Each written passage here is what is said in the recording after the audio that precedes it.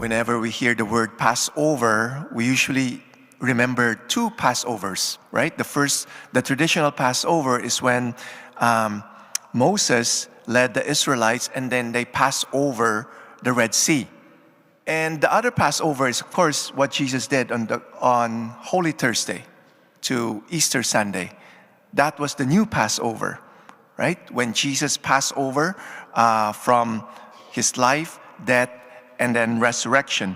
But sometimes we overlook our personal Passover. And Passover is from the Hebrew word pescha, which means a passage. And as we know, passage, there's a start and then there's an end. There's an entry point and then there's an exit point. And there's, in between those two ends, is a continuity that connects those two ends. And that's called the passage. And our personal Passover, our passage, is the path of discipleship, being a disciple of Jesus Christ. And if you notice, the word disciple is very close to the word discipline. We're being disciplined because we're very undisciplined. That's why the Lord is disciplining us to become His disciple. And it says here in our first reading today, having been disciplined a little, they will receive great good because God tested them and found them worthy of Himself. Like gold in the furnace, He tried them, and like a sacrificial burnt offering, He accepted them. And that's what the Lord is doing. He is disciplining us. And it's hard. It's painful. Right now, I see there's still a lot of things that needs to be disciplined in my life. And it hurts.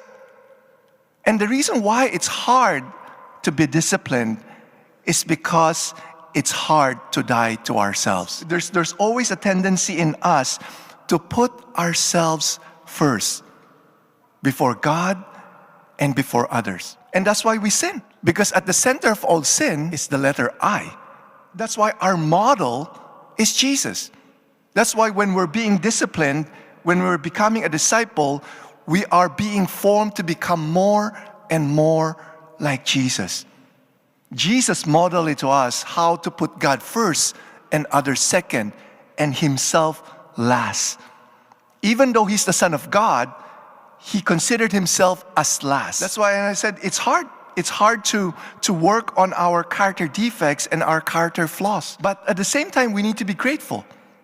Okay? We need to be grateful that as we see our character defects, our character flaws, it makes us turn to God. What happened there is that when we're being transformed to become more and more like Jesus, we become righteous.